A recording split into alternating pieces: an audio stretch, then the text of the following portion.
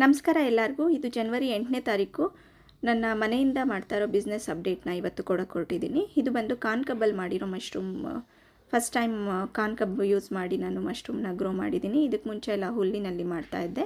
ಇಲ್ಲಿ ಈ ರೀತಿ ಬಂದಿದೆ ನೋಡಿ. ಇವೆಲ್ಲ ಪಿನ್ ಹೆಡ್ಸ್ ಅಂತೀವಿ. ಇನ್ನೊಂದು 2 ದಿನದಲ್ಲಿ ಇದು ಮಶ್ರೂಮು ಹಾರ್ವೆಸ್ಟಿಂಗ್ ಸ್ಟೇಜ್ಗೆ ರೆಡಿ ಆಗುತ್ತೆ. ಇಲ್ಲಿ ನಾನು ಪ್ರತಿದಿನ ನನ್ನ ಫಾರ್ಮ್ನ ಕ್ಲೀನ್ ಮಾಡ್ಕೊತೀನಿ. ಉಯ್ಯಾಲೆಗಳು ಹಳೇದಾಗಿರೋದೆಲ್ಲ ಕಟ್ ಮಾಡಿಬಿಟ್ಟು ಹೊಸ ಉಯ್ಯಾಲೆಗಳು ಕಟ್ಕೊತಾ ಇರ್ತೀನಿ.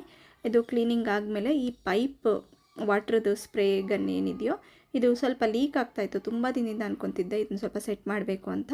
ಇವತ್ತು ಸೆಟ್ ಮಾಡ್ತಾಯಿದ್ದೀನಿ. ಇದನ್ನು ಒಂದು ದಿನ ಪೂರ್ತಿ ನೀರು ಹಾಕ್ಬಿಟ್ಟು ಸ್ಟೋರ್ ಮಾಡಿ ನೋಡಬೇಕು ಮತ್ತೆ ಲೀಕ್ ಆಗುತ್ತಾ ಹೇಗೆ ಅಂತ. ಇಲ್ಲಿ ಬಂದು ಒಂದು ಕ್ಲೀನಿಂಗ್ ಪ್ರಾಸೆಸ್ನ ಮಾಡ್ತಾಯಿದ್ದೀನಿ, ಅಂದರೆ ಫ್ಯೂಮಿಗೇಷನ್ ಪದ್ಧತಿಯಲ್ಲಿ. ಒಂದು ಸ್ವಲ್ಪ ನೀರಿಗೆ ಬ್ಯಾವಿಸ್ಟಿನ್ ಪೌಡರ್ ಹಾಕಿ ಮೂಲೆಗಳಲ್ಲಿ ಇಡ್ತಾಯಿದ್ದೀನಿ, ಕಪ್ಪು ಚಿಟ್ಟೆ ಹುಳುಗಳ ಪ್ರಾಬ್ಲಮ್ನ ತಡೆಯೋಕ್ಕೋಸ್ಕರ. ಡೈಲಿ ಅಪ್ಡೇಟ್ಗೋಸ್ಕರ ನನ್ನ ಚಾನಲ್ನ ಸಬ್ಸ್ಕ್ರೈಬ್ ಮಾಡೋದು ಮರಿಬೇಡಿ. Thank you.